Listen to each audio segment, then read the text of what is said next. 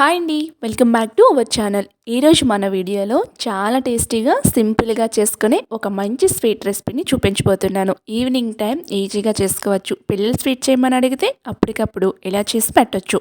చాలా బాగుంటుంది. తప్పకుండా ట్రై చేయండి. వీడియోని ఎక్కడ స్కిప్ చేయొద్దు.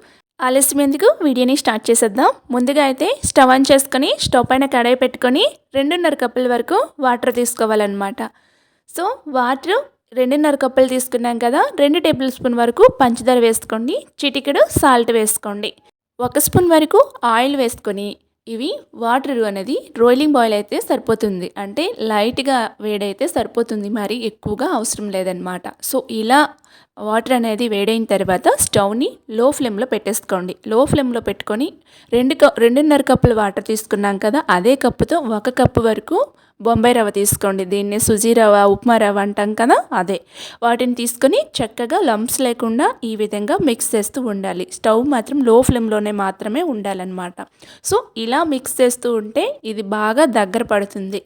ఈ విధంగా అవుతుందన్నమాట. ఇప్పుడు ఇందులోకి బియ్యం పిండి కానీ మైదా పిండి కానీ ఒక 1/2 కప్పు వరకు వేసుకోండి.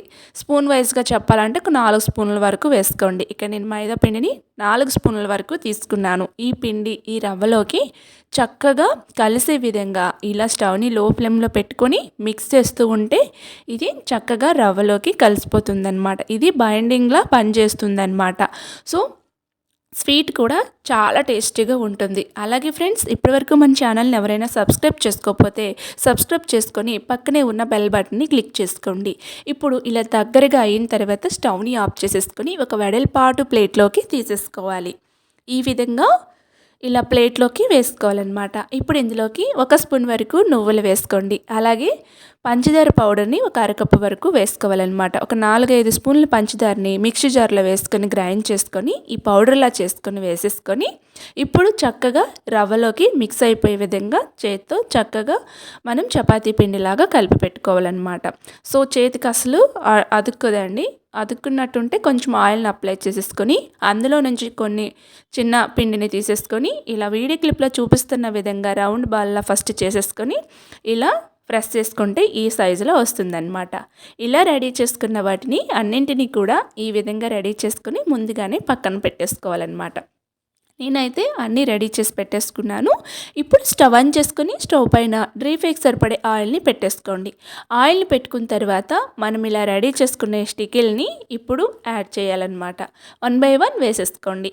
ఆయిల్ బాగా హీట్గా ఉండాలి. స్టవ్ని లో ఫ్లేమ్లో ఉండాలి. అంటే ఆయిల్ బాగా వేడైన తర్వాత స్టవ్ని లో ఫ్లేమ్లోకి పెట్టేసుకోండి. లో ఫ్లేమ్లోకి పెట్టుకున్న తర్వాత మాత్రమే ఈ స్టికిల్ని వేయాలి.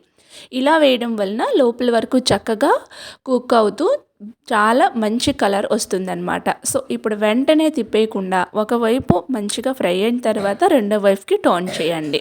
సో 2 వైపులు కూడా మంచి కలర్ వచ్చేంత వరకు వేయించుకొని మళ్ళీ దీన్ని తీసేసుకోవాలి. ఇదే విధంగా రెండో వాయి కింద కూడా వేసేసుకొని మంచి బంగారు రంగు కలర్ వచ్చేంత వరకు వేయించుకొని తీసుకోవడమే. చాలా టేస్టీగా ఉంటాయండి. బయట క్రిస్పీగా లోపల సాఫ్ట్గా చాలా చాలా టేస్టీగా ఉంటాయన్నమాట. మెయిన్గా పిల్లలు అయితే చాలా ఇష్టంగా తింటారనమాట.